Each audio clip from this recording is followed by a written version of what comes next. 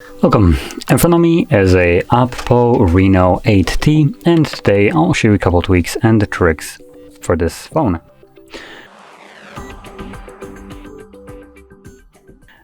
Now, starting straight off, we're going to navigate into our settings and we're going to begin with the display and brightness, where we'll find a couple different things.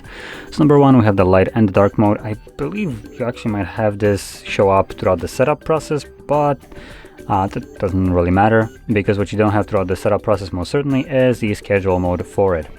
When you navigate here, you can enable this, and then you can have two options, either sunset to sunrise or custom. Custom obviously will allow you to precisely select what hour it switches between light and dark mode, and that's basically precisely what it will do, switch between those two modes. So during the daytime you can have it in light mode, which arguably will be easier to see during like sunlight, while during the nighttime you're not going to be getting flashbanged by your own device anymore. Now moving on a little bit lower, we will have the color enhancements, or video enhancements right here. So video color enhancements.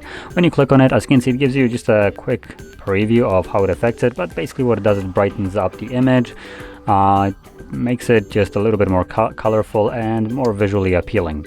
Obviously, I can enable this, and this will apply to supported apps, as you can see. So you can tap right here to view which apps are supported, and as you can see, there's a decent list of them. It also supports things like Amazon Prime, probably Netflix as well, and so on.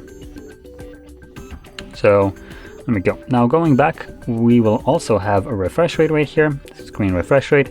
We have two modes. We have the 90 and 60, and for some reason this is not including like smart one, where it would switch between those two when the screen doesn't need to be running at 90. So here I would recommend either going for battery saving, which in this case you want to select standard, or if you want the smoothness and don't really care about your battery, then stick with the 90. But like I said, generally for battery saving purposes, you will most certainly want to stick with the 60 Hz, which will give you a better battery life in general. Now moving on to a next option, it's going to be the icon pull down feature.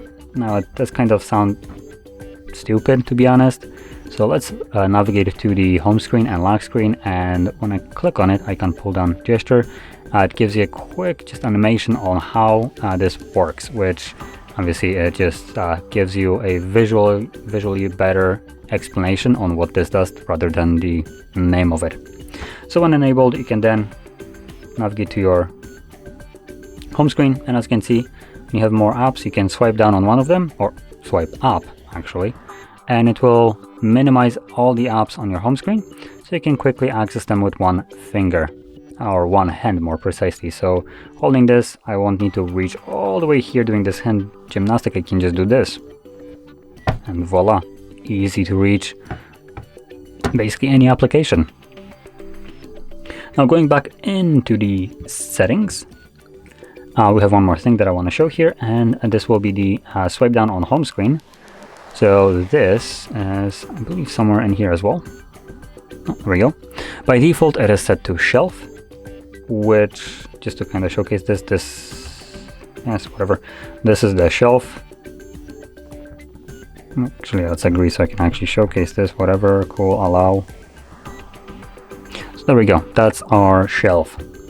But if we want, we can select it to be search or notification.